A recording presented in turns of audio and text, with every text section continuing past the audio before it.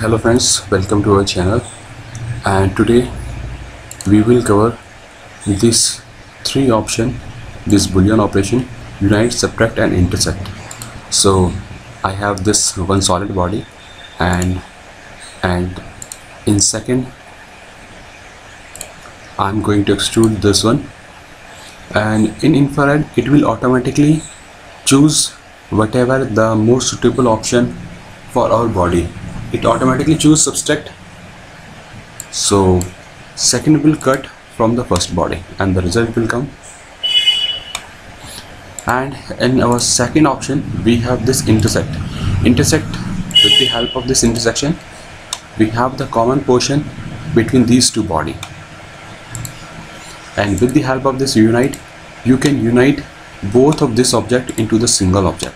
Now you can see, if you hide this sketch you can see the real view. Okay, you can use these two options, you can choose these three options from the toolbar as well.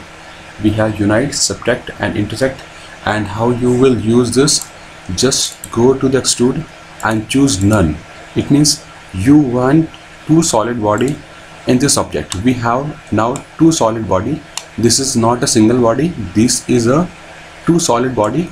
If you will export this body, it will this will go into the multiple body. Now just select subtract. I want to subtract from this to this, the result will come. Okay, cancel it.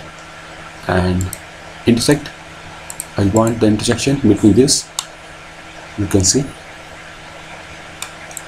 with the help of unite both will unite into a single body. But after the unite you cannot apply this this subtract or intersect. This will work only for two body, and unite will still combine these two body into a single body. So it is very easy, and hope you understand this properly. And now we will do some exercise related to this extrude command. Thank you for watching and keep watching.